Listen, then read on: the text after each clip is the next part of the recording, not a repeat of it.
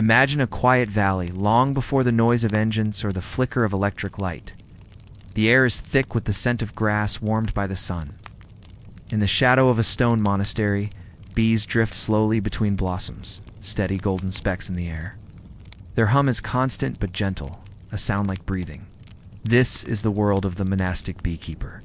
His work is not loud nor hurried.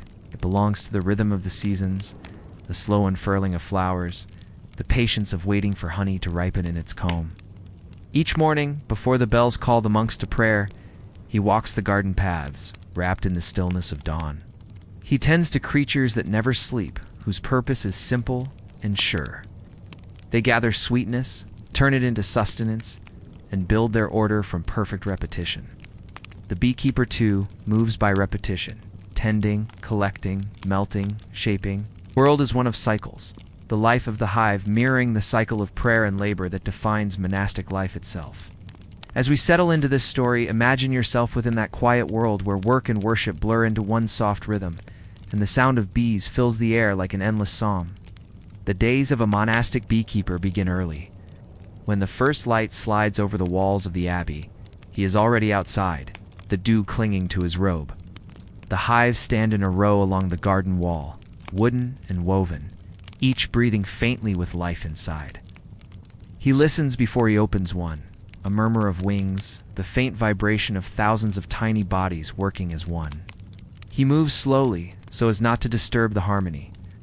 The smoke from a small bundle of dried herbs curls through the air, soothing the bees, keeping them calm. The scent of thyme, sage, and lavender drifts upward, the same herbs grown for the kitchen, for medicine, and for prayer. Each comb is lifted with care, its surface glistening in the light. The honey is thick, golden, and heavy with the taste of the flowers nearby.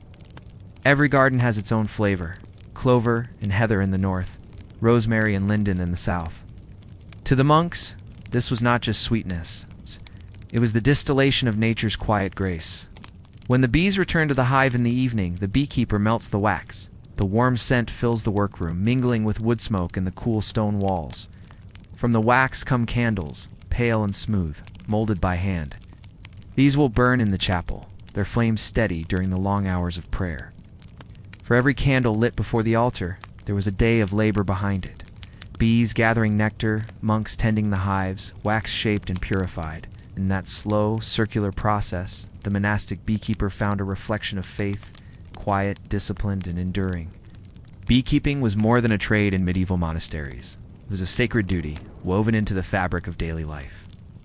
The Benedictine rule, written in the 6th century, prescribed a life balance between prayer and work, ora et labora. In this balance, the keeping of bees fit perfectly. Honey was precious. In an age before sugar, it was sweetness itself, used in medicine, preserved foods, and the making of mead. But wax was even more essential. Without it, there could be no candles to light the hours of worship. The soft glow of beeswax light became a symbol of purity, its steady flame mirroring divine illumination. Across Europe, monasteries became centers of apiculture, from the cool hills of Ireland to the warm fields of Provence. Each abbey had its beekeeper, often an elderly brother, whose years of quiet labor made him patient and precise. Records from monastic accounts list hives as valuable assets, and detailed inventories note the weight of honey harvested and candles produced each season. At Cluny, at Monte Cassino, and in distant Skellig Michael, bees thrived in the sheltered gardens within cloister walls. The monks understood their value not only for what they produced, but for what they represented: harmony, order, and ceaseless industry. Even the language of the church echoed the hive. The abbess of a convent was sometimes likened to a queen bee, and the community to her devoted workers. Saint Bernard of Clairvaux was called the Doctor Mellifluous, the honey-tongued teacher for the sweetness of his words. Through centuries of quiet care, the bees and their keepers shaped the spiritual and material world of Europe, as they brought light to the darkness, sweetness to the austere, and order to the natural world. If you wander today through the ruins of an old abbey, you might find traces of their work still hidden in the stone. In some monasteries, archaeologists have discovered fragments of honeycomb fossilized in roof beams, sealed away for centuries. In others, tiny clay pipes, perhaps parts of early hive designs, lie buried in the garden soil. On the windswept coasts of Ireland, preserved hives made of woven straw and clay have been unearthed. Shaped like domes, skeps, they were called. These relics speak softly of labor long forgotten. No written record can capture the sound of bees moving through the cloisters, but the traces remain. A faint golden residue. A faint scent of wax in the cracks of ancient walls. Some abbeys left clues in their carvings. In the capitals of columns and on illuminated manuscripts, bees appear small, humble symbols among saints and angels. They stood for diligence, purity, and resurrection. There are stories, too, passed down in fragments, of monks who spoke to their bees, telling them of deaths in the abbey, so that the hives would not fall silent.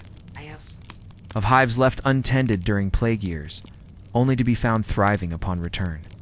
Whether legend or truth, these tales reflect the reverence the monks held for their small companions, creatures that turned sunlight into sustenance. In the hidden corners of history, the beekeepers left no monuments of stone or steel, but the faintest whisper of their craft remains in the sweetness of old manuscripts, in the scent of wax candles still burned in cathedrals, and in the soft hum that echoes faintly through the gardens of ruins. Beyond the monastery walls, life was louder, markets full of merchants shouting prices, carts creaking over cobblestones, travelers coming and going. But within the abbey, time moved differently. It was measured not by coin or trade, but by prayer and the hum of bees in the garden. The beekeeper lived in both worlds. His labor was material, wax, honey, hives, yet his purpose was spiritual. The candles he made burned through the night as others prayed.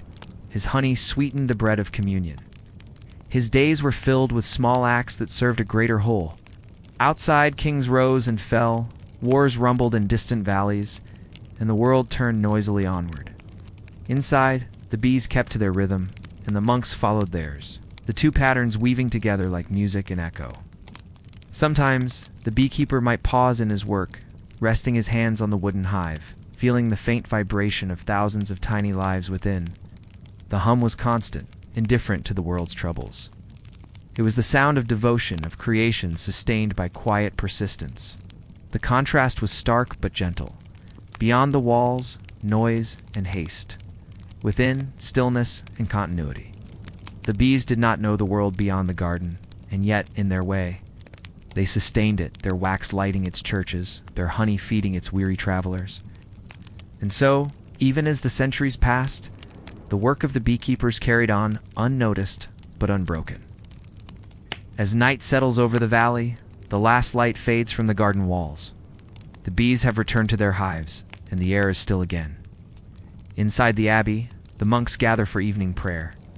A single candle is lit, its flame rising steady and bright.